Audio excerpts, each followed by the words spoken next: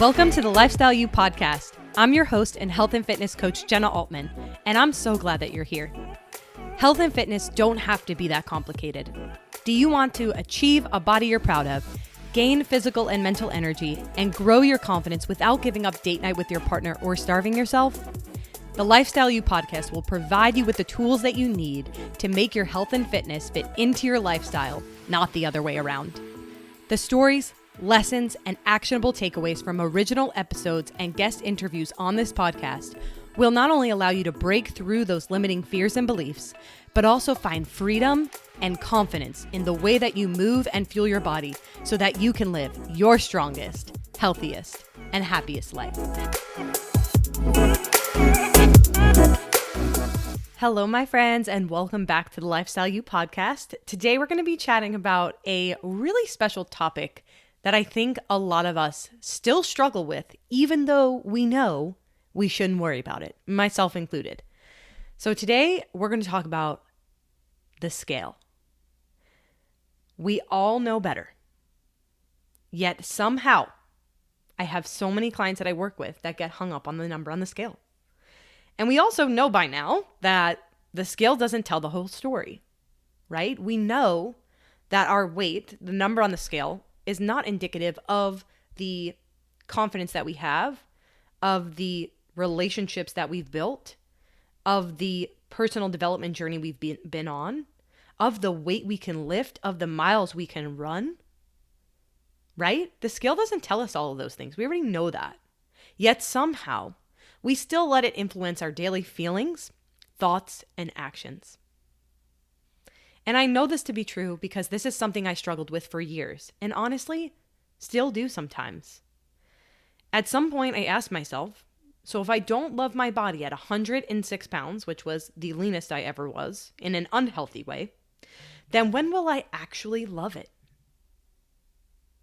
One of my first coaches I ever worked with actually suggested doing daily weigh-ins.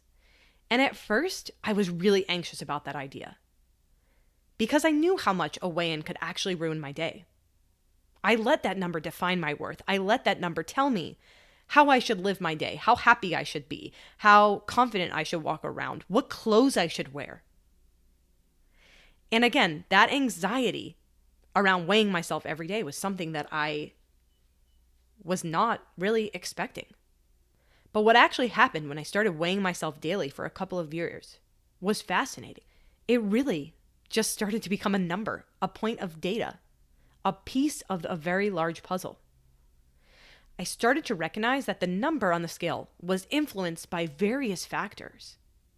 Whether it was because I ate a meal later on at night and hadn't pooped, or my menstrual cycle was on its way. There are so many different factors that go into this one number on the scale. It is completely normal to fluctuate in a given week a few pounds. Yet we get so hung up on that number and instantly our brains go to, oh my God, I gained 2 pounds overnight. Well, no, you didn't, because one, that's not possible. And two, there are so many different factors that are attributing to that number. Instead, I encourage you guys, and this is something that I do with my clients, you can still use that number on the scale. You can still use that as a point of data. However, that's just one point of data. It's a point in time test. Again, that is influenced by various factors. So can you also track your progress in other ways using things like progress photos? Progress photos are great because a lot of the time, especially if you're already a pretty lean person, a lot of body recomposition changes, which aren't necessarily tied to losing a ton of weight, but more so losing some body fat, that might be indicated on progress photos, but not indicated on the scale. So your body can change and transform in ways that the scale cannot regurgitate, right? So how about using some progress photos? How about looking into our biofeedback? I've mentioned this a handful of times in this podcast. When we're talking about biofeedback, we're talking about things like increased energy, better digestion, better stress management, better sleep, awakened hunger cues, right? Our hunger cues are talking to us. Things like that, in terms of biofeedback, can be really good indicators of whether or not you're becoming a healthier version of yourself. And You can also look at strength gains, right? In terms of what you were doing in the gym. Are you able to lift more weights? Are you able to make it through a workout without being completely out of breath? Are you able to complete all of the sets? Are you able to go on a hike with your friends, right? There are so many different ways that we can track progress. Are you feeling more confident in your body? Are you feeling more confident at work? All of these things are directly correlated to the progress that you are making in your health and fitness journey. And this created such a sense of freedom for me, knowing the reasons why the scale truly didn't tell the whole story. And this is the approach that I use with my current clients to help them overcome their fear of the scale and the negative influence that it has over their progress. And I've tried completely ditching the scale. I think that that's another approach that you hear a lot about. But to be honest, it didn't really work well for me. Or it did until it didn't. So I hadn't weighed myself in over 2 years. And I stepped on the scale for the first time when I started a, embarrassingly, hate to admit this, but a fad diet of some sort. Because we've all been through them. We've all had them as part of our journeys. And I was shocked at the number staring back at me, and not in a good way. So I decided that that wasn't the best approach for me. And again, every now and then I can find myself getting a little too preoccupied with the scale.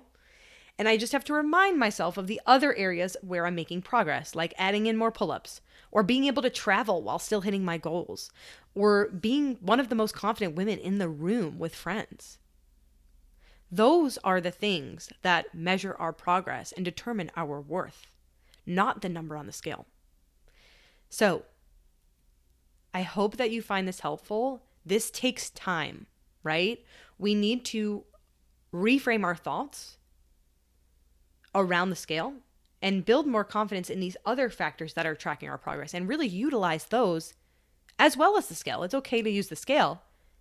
We just have to be really smart about what other factors we are measuring in terms of progress, because there could be a lot of other progress going on that's not reflected in the scale. So that's why it's so important that you are utilizing the scale just as a point of data, just as one metric of progress, and complementing that with all of the other metrics of progress that we have mentioned today. So I'm going to leave you with a food for thought today.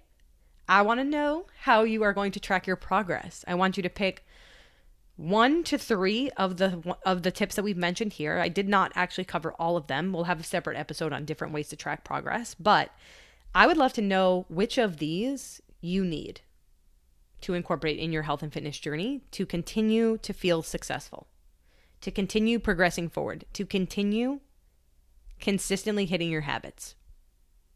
So let me know. Shoot me a message on Instagram at Jenna Rae Altman, and I look forward to hearing from you.